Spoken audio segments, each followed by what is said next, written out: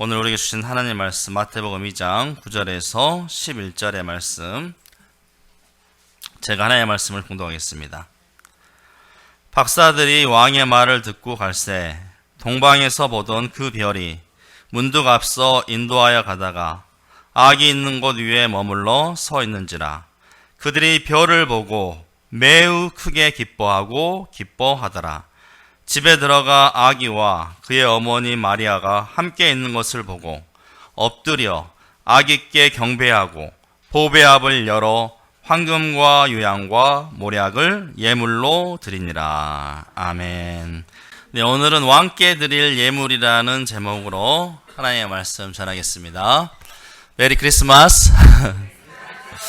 네, 오늘은 아기 예수께서 이 땅 가운데 나심을 기뻐하는 성탄절입니다. 이 거룩하고 복된 날 성탄의 기쁨이 우리 모든 성도님들과 속한 삶의 자리 가운데 가득하시기를 기원합니다. 여러분, 사랑하는 성도 여러분, 여러분은 성탄절을 맞이하면서 무엇을 가장 기대하고 바라고 계십니까? 이 거룩하고 복된 성탄절날 여러분이 가장 기대하고 고대하고 바라는 것은 무엇입니까? 아마 저마다 특별한 어떤 식사나 또는 이벤트를 계획하고 있을지 모르겠지만 성도된 우리가 성탄을 맞이하는 자세는 여타 세상 사람들과는 달라야 하지 않을까라는 생각을 해보게 됩니다. 왜냐하면 세상 사람들에게 이 크리스마스는 단지 쉬는 공휴일, 즐기는 공휴일, 그것도 연말과 맞물린 조금은 특별한 휴일로 기억될지 모르겠지만 성도인 우리에게 이 크리스마스는 우리를 구원하시기 위해 아기 예수께서 가장 낮고 낮은 이 땅에 사람의 몸을 입으시고 오신 것을 기념하는 거룩하고 복된 날이기 때문입니다. 그래서 성탄절을 맞이하며 우리 믿음의 성도들에게 정말 필요한 것이 무엇인지, 이 성탄절에 무엇을 우리가 가장 기대하고 무엇을 가장 우리가 찾아야 하고 무엇을 가장 우리가 기뻐해야 하고 무엇을 주님 앞에 드려야 할지, 오늘 본문에 나오는 이 동방박사들의 모습에서 교훈을 얻고자 합니다. 크게 세 가지로 살펴보고자 하는데요. 첫 번째는 우리는 바로 예수님을 찾아야 한다는 것입니다. 찾음입니다. 찾음에 있습니다. 오늘 본문에 보시면 동방의 박사들이 별을 보고 유대인의 왕으로 나신 이를 찾기 위해 온 것을 알 수 있습니다. 여기서 이 동방 박사할 때 이 동방의 위치가 어디냐? 여러 곳으로 이제 거론되기도 하지만 주로 학자들의 견해에 따르면 바벨론, 이 바벨론으로 추정할 수가 있습니다. 왜냐하면 유다가 즉 바벨론에게 멸망하여서 바벨론의 포로로 끌려간 자들 중에 이 메시아에 대한 예언의 말씀에 대해서 아는 자들이 많았고, 또한 당시 바벨론에는 천문학과 점성술이 꽤 발달했기 때문입니다. 그래서 이 동방박사들은 당시에 이 바벨론의 천문학자나 점성술가로 보기도 합니다. 그런데 여러분, 이 동방박사들은 예사롭지 않은 한 별을 보게 되고 당시 바벨론에서 예루살렘까지 무려 1300에서 1500km, 그러니까 지금 바벨론이라는 곳은 지금으로 보자면 이라크인 거죠. 이라크에서 이 이스라엘 예루살렘까지 무려 1300에서 1500km나 되는, 당시에 뭐 자가용이 있습니까? 뭐 비행기가 있겠습니까? 그런데 이와 같은 머나하고 험난한 거리를 바로 왕으로 나실 이를 보기 위해서 찾아왔다는 것입니다. 그런데 여기서 참으로 어처구니 없는 상황이 벌어집니다. 아기 예수, 왕으로 오실 메시아를 찾으러 왔는데 참으로 어처구니 없는 상황이 벌어지는데요. 이방인들 아닙니까? 이방인들인 동방박사들이 먼 거리임에도 불구하고 별을 보고 찾아왔는데 정작 이 예루살렘에 있던 그 누구도 아기 예수의 나심을 알지 못했다는 것입니다. 아무도 모르고 있었다는 것입니다. 이방인들은 알고 찾아왔는데 정작 예루살렘에 있는 자들은 예수의 나심에 대해서 깜깜무소식 아무도 모르고 있었다는 것이죠. 그래서 오히려 이 동방박사들의 말을 듣고 당시 헤로드 왕을 비롯하여 온 예루살렘에 큰 소동이 일어나게 됩니다. 오늘 본문을 보시면 이에 대해서 크게 세 부류의 사람을 볼 수가 있는데요. 먼저는 동방박사들처럼 아기 예수를 찾기 위해서 나온 자들입니다. 그들은 정확하게 알지 못하지만 별을 보고 믿음을 가지고 유대인의 왕으로 나신 이를 찾기 위해서 나온 것입니다. 즉 진리를 찾기 위해서 어떤 희생도 마다하지 않고 찾아 나온 자들입니다. 그들은 예수 그리스도를 자신들의 왕이요 구주로 고백하며 그분께 예배하는 자들이었습니다. 두 번째로는 헤롯 왕 같은 부류가 있었다는 것입니다. 물론 여러분, 헤롯도 아기 예수를 찾았습니다. 동방 박사들만 아기 예수를 찾은 것이 아니라 헤롯 왕도 그가 나신 곳을 알게 되면 자기에게 알려달라고 자기도 아기 예수를 찾았다는 것입니다. 그런데 헤롯 왕이 찾는 목적은 다른 데에 있었습니다. 그는 바로 자기 자신의 이 왕의 자리와 권력을 지키기 위해서, 즉 유대인의 왕으로 나실 이를 죽이기 위해 찾았다는 것입니다. 그래서 동방 박사들에게 찾으면 알려달라고 하지만 그 계략이 이제 실패로 돌아가자, 하나님의 인도하심 가운데 그 모든 계략이 다 수포로 돌아가자 나중에 어떻게 합니까? 베들레헴과 그 모든 지경에 있는 산의 아이를 2살부터 그 아래로 다 죽이는 이 잔인함을 드러내는 것을 볼 수가 있습니다. 이들은 곧 어떤 자들입니까? 진리를 두려워하는 자들이요, 세상의 어둠 가운데 머물러 있는 자들이며 진리를 미워하고 두려워하는 어둠의 세력들이라고 할 수 있습니다. 이와 같은 자들이 두 번째 부류의 자들입니다. 끝으로 다음으로 세 번째는 당시 유대 종교 지도자들, 대제사장과 서기관 같은 부류가 있습니다. 사실 이들이 가장 큰 문제의 부류입니다. 왜 그렇습니까? 사실 이들은 당시 유대 종교 지도자들로서 성경에 능통한 자들이었기 때문에 이 메시아의 나심에 대해서 알고 있었다는 거예요. 이들이 모르지 않았다는 것입니다. 그래서 헤롯이 나실 곳에 대해서, 헤롯이 이 나실 곳이 어디냐, 이 왕으로 오실 메시아가 나실 곳이 어디냐, 이에 대해서 묻자 이들이 베들레헴이라고 미가서 5장 2절을 인용하여서 말하는 것을 볼 수가 있습니다. 즉 그들은 알고 있었다는 것이죠. 알고 있었습니다. 하지만 문제가 무엇입니까? 그들은 알고 있으면서도 왕으로 나실 메시아를 찾으려 하지도 않고 그에게 나아가 경배하려 하지도 않았다는 것입니다. 이와 같은 부류는 어떤 자들입니까?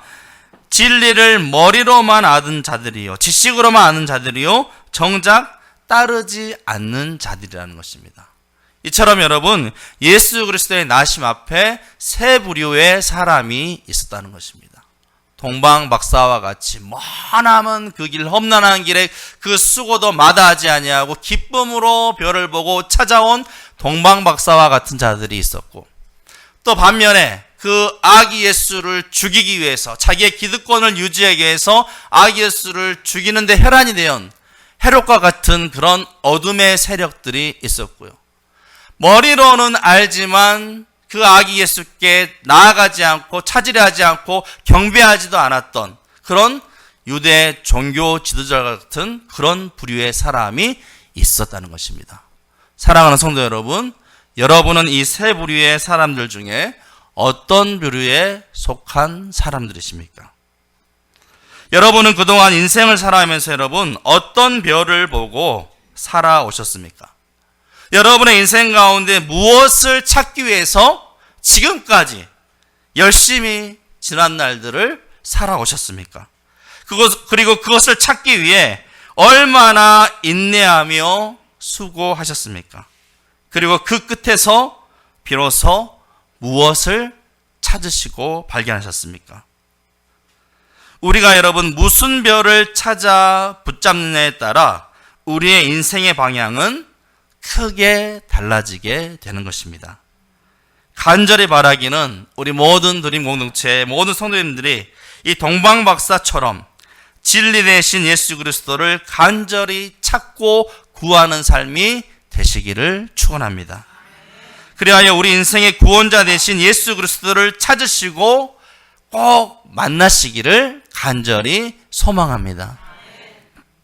예레미야 29장 13절 말씀에 너희가 온 마음으로 나를 구하면 나를 찾을 것이요 나를 만나리라.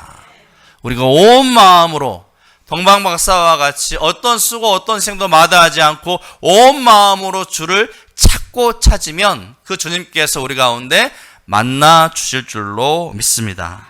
그래서 이 거룩한 성탄절에 바로 우리의 마음이 무엇보다도 베들레헴 말구에 나신 아기 예수를 찾을 수 있기를, 세상에 어떤 특별한 것을 찾아가는 것이 아니라 우리 가운데 오신 아기 예수를 발견할 수 있기를, 그 아기 예수를 만나기를, 그 아기 예수께 경배할 수 있기를 간절히 소망합니다.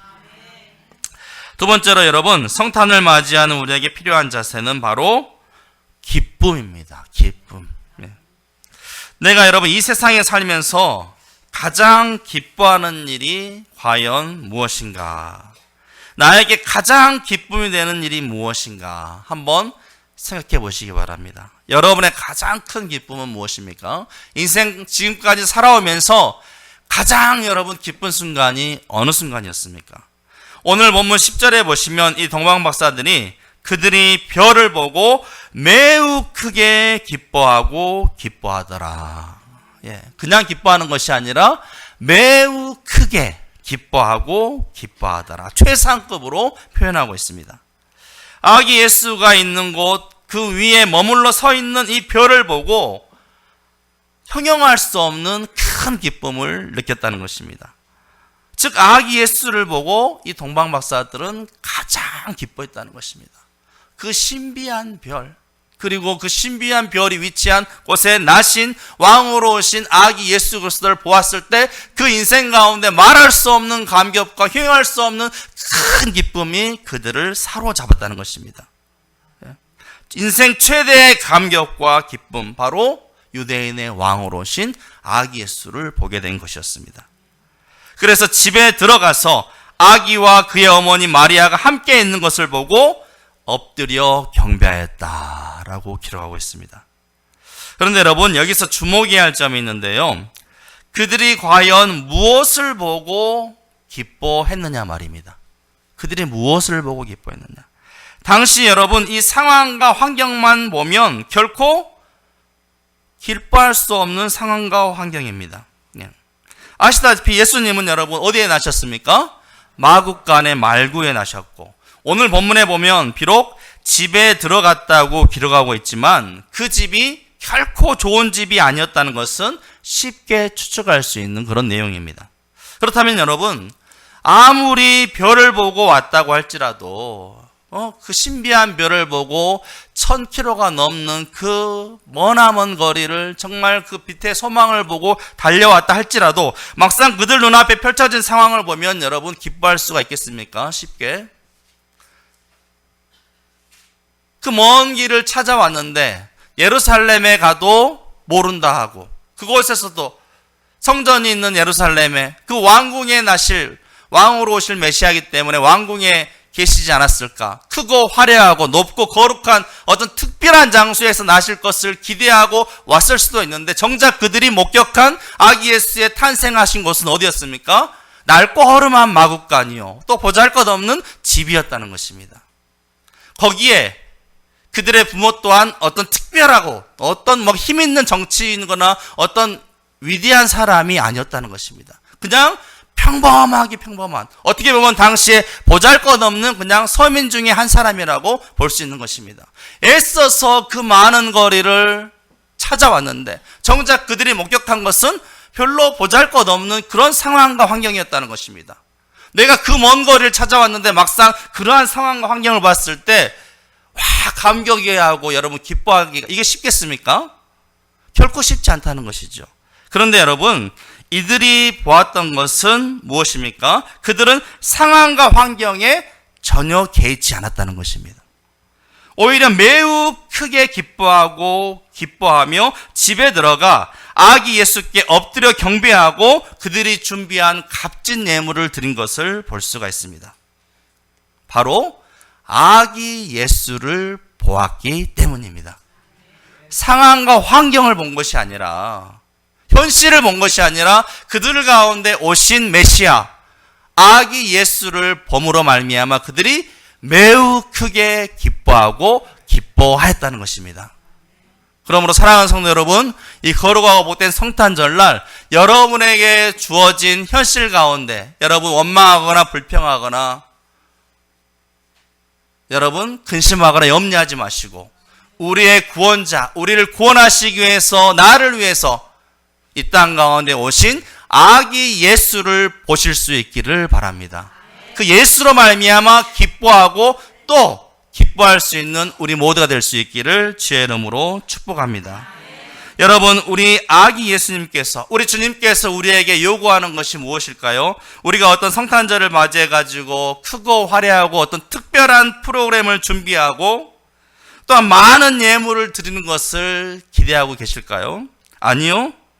예수님을 가장 기뻐하는 것, 주님으로 말미암아 우리가 기뻐하고 또 기뻐하는 것, 그것을 우리 주님께서 가장 기쁘게 받으실 줄로 믿습니다. 예수님을 기쁘시게 하는 것이 아니라요, 잘 들으세요. 예수님을 기쁘시게 하는 것이 아니라 이 땅 가운데 오신 아기 예수로 말미암아 매우 크게 기뻐하고 또 기뻐하는 것, 그것 이상 주님의 기쁨이 되는 것은 없을 것입니다. 그런데 안타깝게도 오늘날 성도들의 모습을 보면 성탄절에 대한 어떤 특별함은 있지만 정작 이 예수님으로 말미암은 기쁨은 점점 퇴색되고 있지 않나라는 생각이 듭니다. 이런 여러 세상의 분위기들이 성탄절의 주인 대신 예수님께 주목하지 못하게 하고 선물이나 산타클로스나 기타 이벤트나 세상의 것에 자꾸만 우리의 눈을 돌리게 하고 그것으로 말미암아 우리의 기쁨을 찾게 하려 한다는 것입니다. 정작 우리의 기쁨이 근원이 되어야 할 예수 그리스도로 말미암아 기뻐하지 못하고 정말 예수 그리스도와는 정말 비교할 수 없는 세상에 하잘것없는, 물론 어떤 특별하고 화려한 것이라고 할지라도 세상의 것들은 언젠가는 다 썩어 없어질, 사라질 것들인데 그것에 자꾸 우리의 기쁨을 돌리게 하고 예수 그리스도로 말미암은 기쁨을 자꾸 잃어버리게 하는 것, 이것이 여러분 사탄의 계략인 것입니다. 그러므로 이 성탄절 여러분, 다른 것에 여러분의 마음, 여러분의 기쁨을 빼앗기지 마시고 아기 예수 그리스도로 말미암아 기뻐하고 매우 기뻐할 수 있는 우리 모두가 될 수 있기를 주의 이름으로 축복합니다. 그러므로 성탄절인 오늘 여러분, 우리 모두는 그 기쁨을 다시 회복하는 날이 되어야 하는 것입니다. 어떤 특별한 순서, 특별한 프로그램, 특별한 이벤트, 특별한 식사 계획이 없다 할지라도 나를 위해서, 나와 같은 죄인을 위해서, 나를 살리기 위해서 이 땅 가운데 오신 아기 예수로 말미암아 여러분 큰 기쁨을 누릴 수 있는, 그 자체만으로도 여러분 기뻐하고 매우 크게 기뻐하는 이 성탄이 될 수 있기를 주의 이름으로 축복합니다. 다른 화려한 곳에 가지 않아도 돼요. 특별한 식사가 없어도 상관없습니다. 아기 예수님만 내 안에 계시면 기뻐하고 또 기뻐할 수 있는 것입니다. 사랑하는 성도 여러분, 예수님을 만난 첫사랑을 다시 회복할 수 있기를 바랍니다. 느헤미야 8장 10절에 여호와를 기뻐하는 것이 너희의 힘이니라. 여호와를 기뻐하는 것이 우리의 힘인 줄로 믿습니다. 그리고 여러분, 우리가 잘 알듯이 하박국 선지자, 그 하박국 선지자의 여러분 기쁨의 노래, 이 이유가 무엇입니까?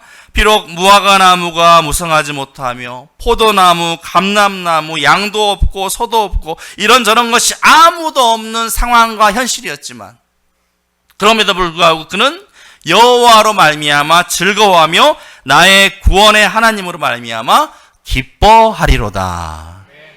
다른 것에 여러분 기쁨을 빼앗기지 마시고 오직 여호와로 아기 예수로 말미암아 즐거워하며 그 구원의 주님으로 말미암아 기뻐하는 이 성탄이 될 수 있기를 주의 이름으로 축복합니다. 어제 문득 뉴스를 보니까 이 크리스마스를 맞이해서 사람들이 엄청 몰리는 곳이 있는데요. 어디냐면 성심당에 딸기 시루 케이크를 사기 위해서 여러분 보셨습니까 혹시? 이 딸기 시루 케이크 하나 사기 위해 가지고 기본 몇 시간을 기다려야 되냐면 5시간을 기다려요. 5시간. 줄이 그냥 1km가 넘도록 그 성심당에 딸기 시루가 얼마나 맛있는지 모르겠지만 그거 하나 사기 위해서 여러분 무려 5시간을 사람들이 기다렸다는 그런 뉴스를 보게 되는데 여러분 사랑하는 성도 여러분 우리의 기쁨이 성심당의 딸기 시루가 되지 않기를 바랍니다. 성심당 딸기 시루뿐만 아니라 어떤 특별한 식당, 특별한 장소에 있지 않기를 바랍니다. 우리의 기쁨이 바로 오직 예수 그리스도에 있기를 원합니다. 세상의 것이 아니라 오직 예수 그리스도만이 온전한 우리의 기쁨의 이유요 제목이 되시는 뜻깊은 성탄절 되시기를 간절히 소망합니다. 세 번째로 성탄을 맞이하는 우리에게 필요한 자세는 바로 왕께 드릴 예물입니다. 예. 여러분 성탄절이 무슨 날인지 그리고 아기 예수께서 낮고 낮은 이 땅에 사람의 몸으로 오셔야만 했던 그 이유가 무엇인지 안다면 결코 우리는 이 성탄절에 어떤 특별한 선물이나 무엇을 받으려고 하는 일에 결코 혈안이 되어서는 안 된다는 것이죠. 예. 우리는 이미 너무나 큰 구원의 은혜를 받았기 때문입니다. 예. 우리를 위해 당신의 생명까지라도 아낌없이 내어주신 이 예수 그리스도의 십자가의 사랑을 생각할 때 우리는 이 성탄절 더 이상 무엇을 받을까? 어떤 특별한 선물을 받을까? 이것을 생각하는 것이 아니라 오히려 내가 드릴 것이 무엇인가에 여러분 진지하게 생각해 볼 수 있어야 한다는 것입니다. 받을 것에 여러분 신경 쓸 때가 아닙니다. 우리에게 자신의 생명까지라도 주기 위해서 우리 가운데 오신 그 아기 예수는 여러분 단적으로 말하자면 죽기 위해서 오신 것입니다. 그 죽음은 바로 저와 여러분 우리를 대신하여 죽으신 십자가의 죽음이었습니다. 자기의 생명까지라도 아낌없이 내어주신 그 사랑이었습니다. 그 사랑을 우리에게 주시기 위해서 이 땅 가운데 오셨는데 그 성탄절을 기념하면서 우리가 어떤 뭔가를 또 받기를 그것도 하나님으로부터 비롯된 것이 아니라 어떤 세상의 어떤 것들을 또 받기를 기대하고 바라고 한다면 얼마나 여러분 이 어리석은 모습입니까? 성탄절은 우리가 받기를 기대하는 날이 아니라 하나님께 무엇을 드릴까를 고민하는 거룩한 날이 되어야 하는 것입니다. 여러분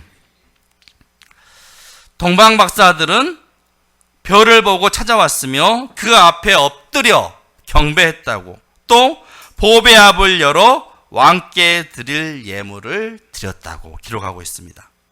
고대 세계에서 한 나라의 최고 통치권자 및 고귀한 사람을 만나거나 그에게 충성을 다짐할 때 특별한 예물을 바치는 것, 이것은 아주 상식적인 일인데요. 동방 박사들이 바친 이 예물은 그보다 더욱 특별한 의미를 지니고 있는데 바로 그들이 드린 예물은 왕께 드릴 예물이었다는 것입니다. 왕께 드릴 예물. 그들은 다른 이가 아닌 보배 앞을 열어 오직 아기 예수께 황금과 유향과 모략을 드렸습니다. 다른 이가 아니에요. 오직 아기 예수께, 왕으로 오신 아기 예수께 그의 합당한 예물을 올려드렸다는 것입니다. 주석에 보니까 이 각각의 예물의 의미를 이렇게 소개하고 있었습니다. 여러분도 어느 정도 아시겠지만 먼저 무엇을 드렸습니까? 황금입니다. 여러분, 황금. 동서고금을 막론하고 최고 귀하며 불변하는 성질의 금속, 이게 바로 황금입니다. 흔히 부를 상징하고 왕께 드리는 예물로 간주되었습니다. 이 황금은 왕께 드리는 예물입니다. 따라서 이는 세상 만물을 소유하실 정도로 부한 자요 절대 권위를 가지신 왕으로서 예수를 인정하는 표시의 예물이었던 것입니다. 다음으로 두 번째는 유향을 드렸습니다. 이 유향이 무엇입니까? 아라비아 지방의 관목에서 채취한 향기로운 송진인데요. 성전 제사나 헌물로 자주 사용되었습니다. 이는 예수의 제사장적 권위, 제사장, 하나님과 인간의 중재자인 이 제사장적 권위와 신성을 인정하는 예물이었던 것입니다. 그리고 세 번째, 모략.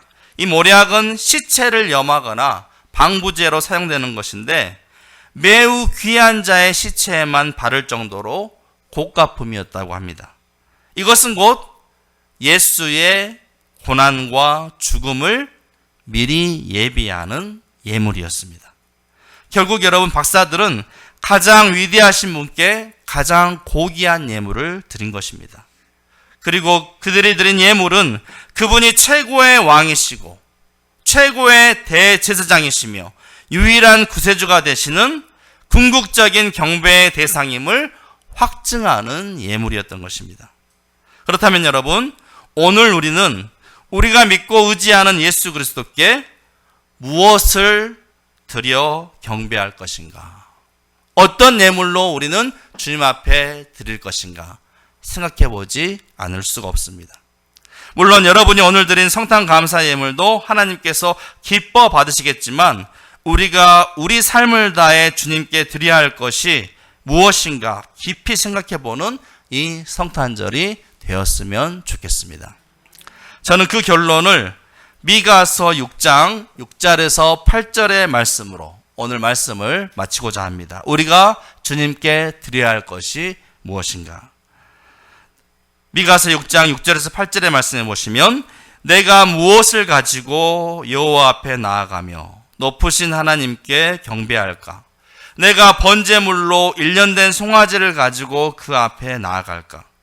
여호와께서 천천의 순양이나 만만의 강물 같은 기름을 기뻐하실까? 내 허물을 위하여 내 맏 아들을 내 영혼의 죄로 말미암아 내 몸에 열매를 드릴까? 결론적으로 그러한 것들이 아니라 무엇입니까? 사람아, 주께서 선한 것이 무엇임을 내게 보이셨나니 여호와께서 내게 구하시는 것은 오직 정의를 행하며 인자를 사랑하며 겸손하게 내 하나님과 함께 행하는 것이 아니냐. 네. 어떤 예물을 주님께서 기뻐히 받으시겠습니까? 번제물, 천천의 순양, 만만의 강물 같은 기름을 기뻐하시는 것이 아니라 오직 여호와께서 구하시는 것은 정의를 행하며 인자를 사랑하며 겸손하게 내 하나님과 함께 행하는 것입니다. 여러분, 오직 하나님께서 우리에게 구하시는 바, 바로 그것을 우리의 삶을 통해 즐거이 드릴 수 있는 우리 모든 드림교회 가족들이 되시기를 주의 이름으로 축복합니다. 성탄절 우리가 받은 가장 큰 기쁨의 선물은 바로 아기 예수 그리스도요. 그를 통한 놀라운 구원의 은혜요. 우리가 받은 그 은혜로 말미암아 이제는 우리의 생명까지라도 아낌없이 주를 위해 드릴 수 있는 우리 모두가 되시기를 주의 이름으로 축원합니다. 할렐루야. 네, 우리 다시 한번 큰 박수로 아기 예수의 나심을 기뻐하며 우리 축하하겠습니다.